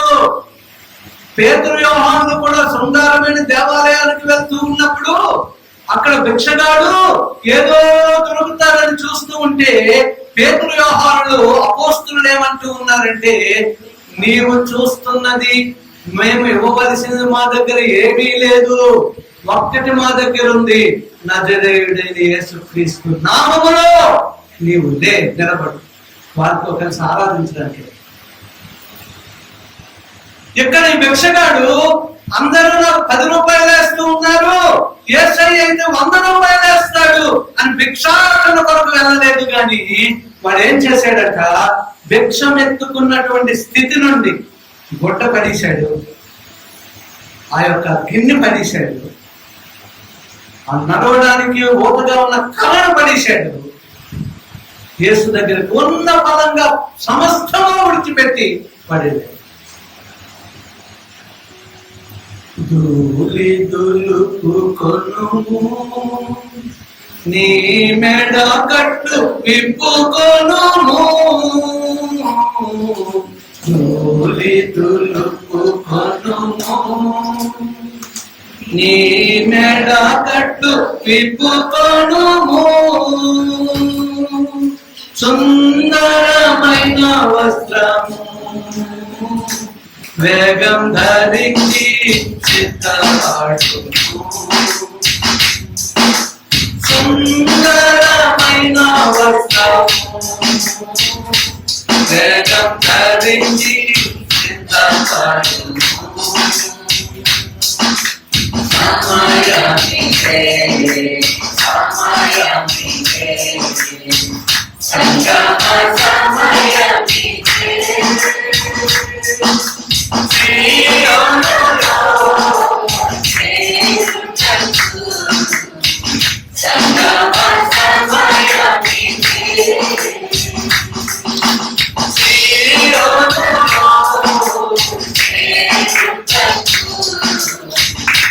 చేరుటకు సంగమ సమయమిదే దూరు దులుపుకో మెడకట్టు విప్పు సుందరమైనటువంటి వస్త్రం ధరించు వేగమే సిద్ధపడు. వీడు ఏం చేశాడంటే యేసయ్య పిలుపు రాగానే పాతవన్నీ వదిలేశాడండి. పాతవన్నీ వదిలేశాడు. ఒకసారి హంస ఎగురుతూ ఉంది. పిల్లలు చెప్పండి, హంస ఏం చేస్తుంది? ఏం చేస్తుంది హంస? కింద పంది బొరుదులో ఉంది, హాయిగా దొరుకుతూ ఉంది. ఆ పందుల్ని పట్టుకోవడానికి ఇక్కడున్న వాళ్ళకి, మున్సిపాలిటీ వాళ్ళకి శక్తి చాలదని 30 మందిని తమిళనాడు నుంచి పిలిచారు.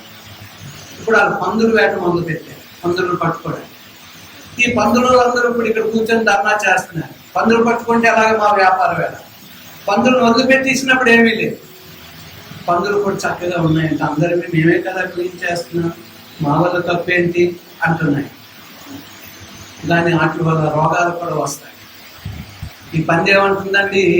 హంస అంటుందంట, పాపం చూసిందంట, నేను ఇంత చక్కగా విహరిస్తూ ఉన్నాను, ఎంత హాయిగా ఉంది ఆకాశము గాలి, నేను చాలా ఎగురుతూ ఉన్నాను, ఈ పంది వారిని ఒకసారి పలకరిస్తానని. పంది పంది ఏమయ్యా హంసరాజా అని, నీవు కూడా వచ్చేలాగా ఎగురు, ఇక్కడ ఎంత బాగుంటుందో అంటే. పంది అందంట, అక్కడ బురద ఉంటుందా? అక్కడ ఏముంటుందండి? అక్కడ బురద ఉంటుందా అని అడిగాడు. ఎందుకు? పందికి బురదే ఇష్టం. ఆకాశాన్ని చూడాలి, గాలి ఉంది, నేను ఎలాగ ఎగురుతూ ఉన్నాను, ఎంత ఆనందంగా ఉన్నాను, హాయిగా ఉంది. పంది రావా, నీవు నాతో కలిసి ఎగరవా అంటే అక్కడ బురద ఉందా? చూడండి, సామెతల గ్రంథం 28:13 వచనం. సామెతల గ్రంథం 28:13.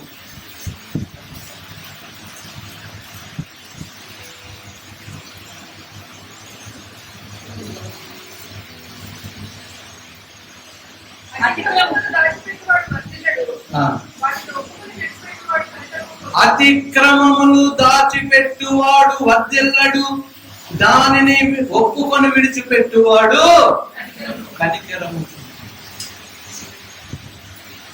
ఇప్పుడు పందివాడు గురించే నేను చెప్తే నవ్వుతున్నారు, కానీ మనలో చాలా మంది పందులు ఉన్నారు, మనలో చాలా మంది కుక్కలు ఉన్నారు. కుక్క అంటే ఏంటి అంటే బైబిల్లో రాస్తుంది, వాంతి చేసుకుంటుందంట, ఇలా వచ్చేస్తుందంట, మళ్ళీ ఏదో పని ఉందంటే అట్టి వెళ్ళిపోయి అది నాకేసి మళ్ళీ వచ్చేస్తుంది. మనలో చాలా మంది లోకాన్ని విడిచిపెట్టి వచ్చి మళ్ళీ లోకాన్ని ఆశిస్తూ లోకాన్ని నాకడానికి వెళ్తూ. మనకు బురదే కావాలి, బురద ఉంటుందా? పరలోకంలో కూడా బురద ఉంటే అక్కడ మేము ఉంటామని దానికి అందరూ వచ్చేస్తారు లోకం. ఆయన పరిశుద్ధుడు, మహిమోన్నతుడైన, నీతి సూర్యుడైన. ప్రియమైనటువంటి వాళ్ళ ఒక్కసారి ఆలోచన చేసుకుని ఒప్పుకొని విడిచిపెట్టాలి. ఆయన మన హృదయం దగ్గర నిలబడి ఉన్నాడు. గుడ్డివాడితో మాట్లాడువాడు కాదు. ఇప్పుడు నా మనోనేత్రాలు మూయబడ్డాయి కనుక ఈ యుగ సంబంధమైన దేవత మన మనోనేత్రాలను గుడ్డితనం కలగి చేసింది కనుక దేవుడు మరొకసారి వెలుగులోనికి రమ్మని ఆయన వాక్యము నీ మీద ఉదయిస్తూ ఉన్నప్పుడు, ఆ వాక్యాన్ని నీ హృదయంలో పెట్టుకున్నప్పుడు తిరిగి మళ్ళా నీవు ఆయన కొరకు ఆయన బిడ్డగా వాడబడగలవు. ఆలోచన చేసుకో. ఇప్పుడు యేసు దగ్గరికి వెళ్ళినటువంటి ఈయన ఒకటే అంటున్నాడు, ఏమయ్యా నీకు కావాలి అంటే 100 రూపాయలు 1000 రూపాయలు కావాలన్నాడా? ధనం కావాలన్నాడా? ఏం కావాలంటూ ఉన్నాడు? నాకు చూపు కావాలి, నేను చూడాలి, నా గుడ్డితనం పోవాలి. ఒకటే అడిగేదండి. అనిల్ కుమార్ గారి మీటింగ్స్ కి నేను కండక్ట్ చేస్తున్నప్పుడు చాలా అనుభవాలను దేవుడు ఇచ్చాడు. అంత పెద్ద మీటింగ్స్ కండక్ట్ చేస్తూ ఉన్నప్పుడు కండక్ట్ చేసేవారు ఎలా ఉంటారు, వచ్చిన వారు ఎలా ఉంటారు, అందులో మాట్లాడేవారు ఎలా ఉంటారు, వీళ్ళందరినీ చూడడానికి దేవుడు చాలా మంది అనిల్ కుమార్ గారిని కలాలండి. తర్వాత వ్యాపారస్తులు కలడానికి వచ్చేస్తున్నారు. చిన్న చిన్న వ్యాపారస్తులు, పెద్ద పెద్దలు వస్తున్నారు, మాకు సీట్ కావాలని. అంటే రాజశేఖర రెడ్డి గారు కదా, తర్వాత మళ్ళా జగన్ కదా, సీట్ కావాలని చాలా మంది రాజకీయ నాయకులు.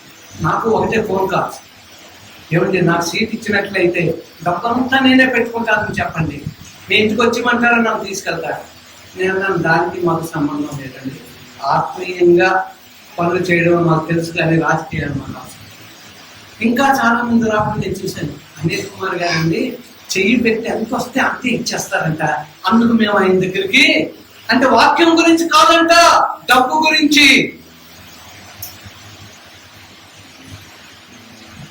అలాంటి నాటకాలు నేను చేస్తే భక్తి లేకుండా పోదు. ఎంతో మంది నాతో ఉన్నవారు అలాంటివి చేశారు, పొందుకున్నారు, కానీ భక్తులు ఎలా ఉన్నారు?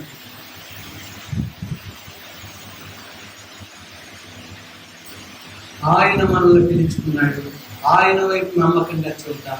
ఆయన ఏది చేసినా దేవుడు మహిమకరంగా చేస్తాడు. డబ్బులుంటే ఎంత మహిమకరంగా జరగదు.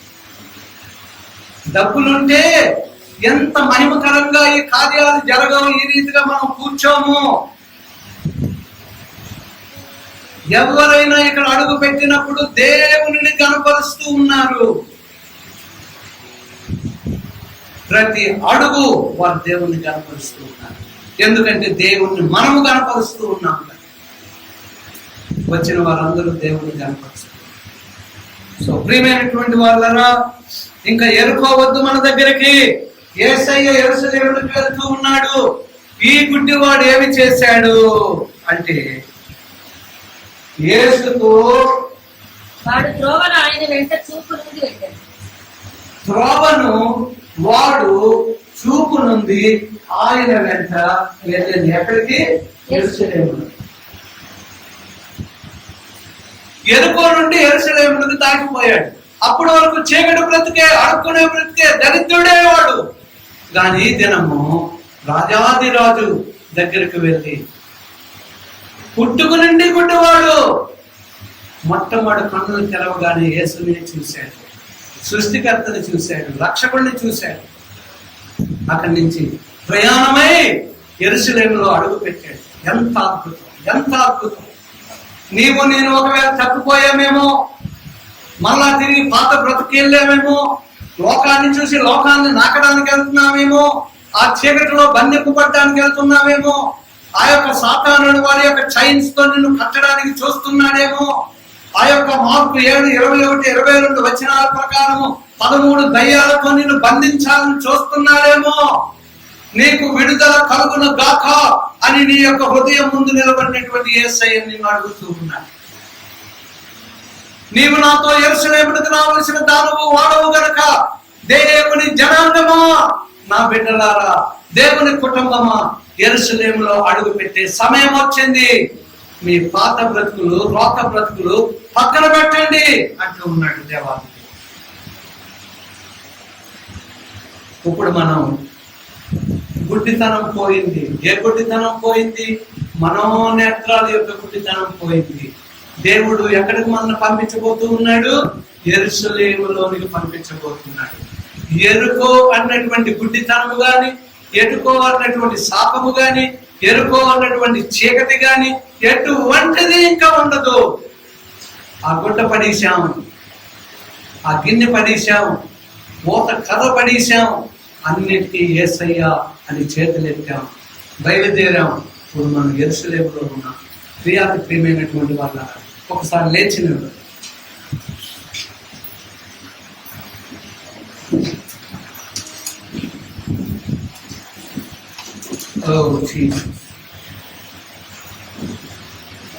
యెరూషలేములో అడుగు పెడుతున్నటువంటి యేసు ప్రభు వారికి ప్రజలు ఏమి చేయించు ఉన్నారంటే వారి బట్టలు దారి పొడుగునా వేస్తూ ఉన్నారు. కొమ్మలు తెంపి ప్రభు మార్గంలో వేస్తూ ఉన్నారు. ఎరుకోలో గుడ్డివాడిగా, అడుక్కునేవాడిగా, దరిద్రుడుగా, ఆత్మీయతలో దరిద్రుడు అయిపోతే దేవుడు అంటూ ఉన్నాడు, మళ్ళా తిరిగి నీ బట్టలు ఆయన పాదాల దగ్గర వేయాలి. కొమ్మలు తెంపి ఆయన పాదాల దగ్గర వేయాలి. ఆయనతో కలిసి ఓసన్నా అని చేతులెత్తి దేవుణ్ణి స్తుతించడానికి. వాడి కన్నులు రాగానే, ప్రభువుని చూడగానే ఎరుకొని మర్చిపోయాడు, పాత స్థితి మర్చిపోయాడు. ప్రభువుతో నడిచేస్తూ ఉన్నాడు. హల్లెలూయా స్తోత్రాలు వినబడుతూ ఉన్నాయి, బట్టలు కనబడుతూ ఉన్నాయి, దారి పొడుగున వేసేస్తూ ఉన్నారు. మంచి మంచి వస్త్రాలు తీసి దారి పొడుగున వేసేస్తూ ఉన్నారు. విలువైన వస్త్రాలు కూడా దారి పొడుగున వేసేస్తూ ఉన్నారు. కొమ్మలు విరిచి వేస్తూ ఉన్నారు. యేసయ్యకు స్థానం ఇస్తూ ఉన్నారు. ఓసన్నా ఓసన్నా, జయము జయము అంటూ ఉన్నారు. నీ బ్రతుకు నా బ్రతుకు ఎలా ఉండాలని నువ్వు కోరుకుంటున్నావు? దాని పొడుగున వస్త్రం వేసి ఆయనకు ఆహ్వానం పలకాలనుకుంటూ ఉన్నావా? దాని పొడుగున కొమ్మలు వేసి ఆయనకు ఆహ్వానం పలకాలనుకుంటూ ఉన్నావా? ఆలోచన చేయి. ప్రియమైనటువంటి వాళ్ళారా, దేవుడు ఎంత గొప్పవాడు. మన శక్తిని బట్టి, ధనమును బట్టి, బుద్ధిని బట్టి, జ్ఞానమును బట్టి రక్షణ సంపాదించుకోలేదు, కానీ కేవలం ఆయన కృప ద్వారా మాత్రమే ఆయన మనకిచ్చిన రక్షణను మనం పొందగలిగాం. ఆ రక్షణ కొనసాగాలి అంటే ఆయన శక్తి కావాలి, ఆత్మశక్తి కావాలి.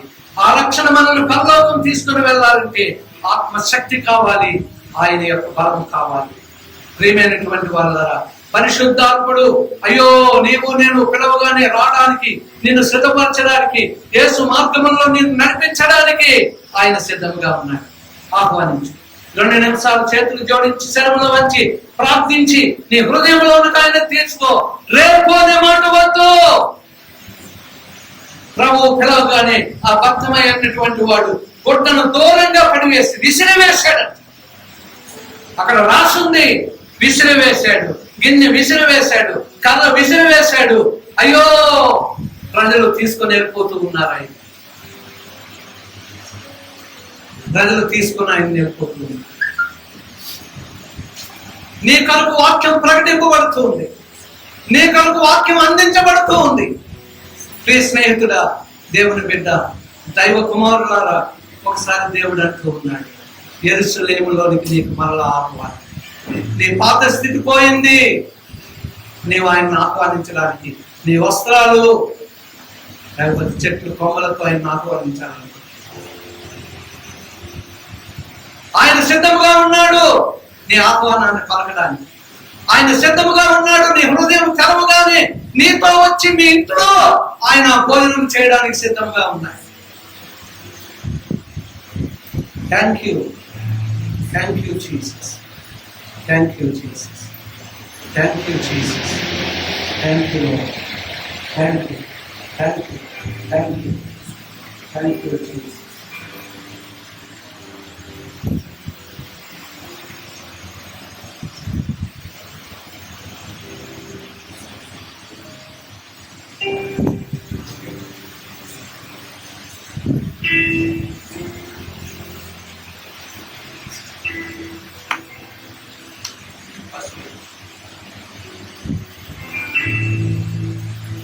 స్తోత్రం దేవా, స్తోత్రం మహోన్నతుడ, దయగల మా తండ్రి, నీకు వందనాలు ప్రభువా.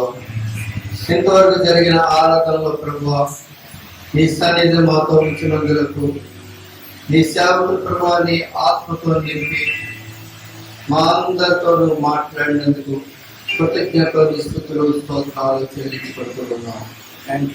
ఇదిగో ప్రభువా, వినేటువంటి వాక్యములతో మా హృదయాలను స్థిరపరచండి. అవును ప్రభువా, మేము ఆత్మీయంగా గుడ్డివారమై ఉన్నాం ప్రభువా. మా నేత్రాలు తెచ్చే దేవుడు నీవు ప్రభు. తెరవబడినటువంటి ఆత్మీయ నేత్రాలతో ప్రభు మేము అనుదినము మిమ్మల్ని చూసినాడు, మిమ్మల్ని ఆరాధించినాడుగా మీ వాక్యం చదువులాడిన ప్రభు ఆత్మీయంగా మమ్మల్ని అందరినీ బలపరచుకుని ప్రభు. ఆరాధనకి ప్రభా మాకు నీ బిడ్డలైన మమ్మల్ని అందరినీ మీరు సిద్ధపాటు చేసి విధంగా తీసుకొచ్చి ప్రభా నీ వాక్యం వినేటటువంటి ధన్యతను మాకు అనుగ్రహించిన దాన్ని బట్టి థ్యాంక్ యూ.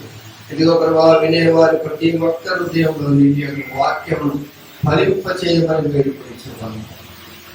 వచ్చే ఆదివారం వరకు ప్రభా ఈ ఆరాధనలో మరోసారి మీరు పాల్గొని పంచుకున్నందుకు ప్రభా ఈ వారం రోజుల్లో ప్రతి దినం ప్రభా నీ సన్నిధిని మాతో ఉంచి నీ తోడుని మాతో ఉంచి మేము చేయని పనులతోనూ ప్రయాణాల్లోనూ మీరు తోడుని క్షేమాన్ని అనుగ్రహించమని వేడుకొచ్చున్నాం ప్రభా.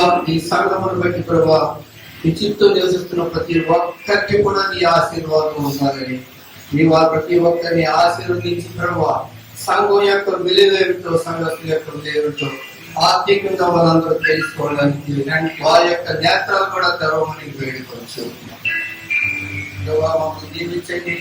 ఇప్పుడు మా గృహాలకు మేము వెళ్తూ ఉండగా ప్రభావ మీ సన్నిధిని మాతో ఎంతవరకు ప్రభావ మీరు మాకు తోడే ఉండి వినేటువంటి చెవి జరిగేటువంటి మనసును మా అందరికి అనుగ్రహించినందుకే నీ నామానికే మహిమ కలుగుతుందా. మీ కుమారుడైన యేసు నామాన్ని బట్టి మిక్కిలి వినియోగంతో ప్రార్థించి వేడుకుంటున్నాం. ఆమేన్. మరి ఒకసారి అందరం ఆమేన్ చెప్తాం.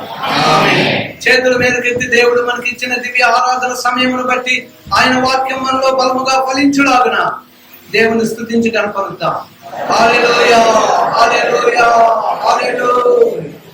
యేసు రక్తమే చే, శిలువ రక్తమే చే. ప్రభు యేసు నామమున సంపూర్ణమైన విజయం కలుగునుగా. ఆమేన్. నా ప్రాణమా యెహోవాను సన్నతించును, నా అంతరంగమున సమస్తం ఆయన పరిశుద్ధ నామమును సన్నతించు. నా ప్రాణమా యెహోవాను సన్నతించు, ఆయన చేసిన ఉపకారములో దేనిని మరొకటి. ఆమేన్. పరమ తండ్రి అయిన దేవుని ప్రేమ, కుమారుడైన యేసుక్రీస్తు వారి కృప, పరిశుద్ధాత్మ దేవుని యొక్క దివ్య సన్నిధి సహవాసము మనకును లోకంలో ఉన్నటువంటి పరిశుద్ధులకును ఆయన సేవకులను పరిచర్యలను తోడుగా ఉండి నడిపించి బలపరిచి కాపాడును గాక. ఆమేన్. హల్లెలూయా. నిత్యుడైన దేవుని తోడు నీడా మనపై నుండును, నిత్యము నిలుచును, నిత్యము నిలుచును, నిత్యము నిలుచును, నిత్యము నిలుచును, నిత్యము నిలుచును. బోలో క్రీస్తు మహారాజుకి, రాబోయే రాజుకి అందరికి వందనాలు.